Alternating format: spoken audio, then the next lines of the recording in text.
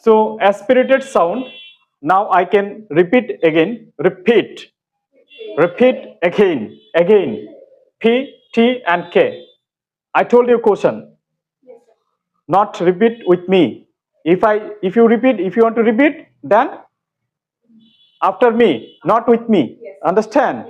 It's a bad habit. P, T, and K. P, T, and K. P, T, K. If you sound clear, that means if you follow the phonetic sound, then your sound will be 30% problem solved. Okay. So P that means pa, T that means ta, K that means ka. Okay. P, pen, pin, peace, pain, patriot, PayPal. Okay. Pencil, passion, price, policy, polite, payment. Okay.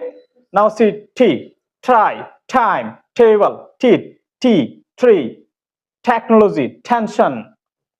KCQ, cat, cute, country, carry, kind, king, kite, queen, quarter, question.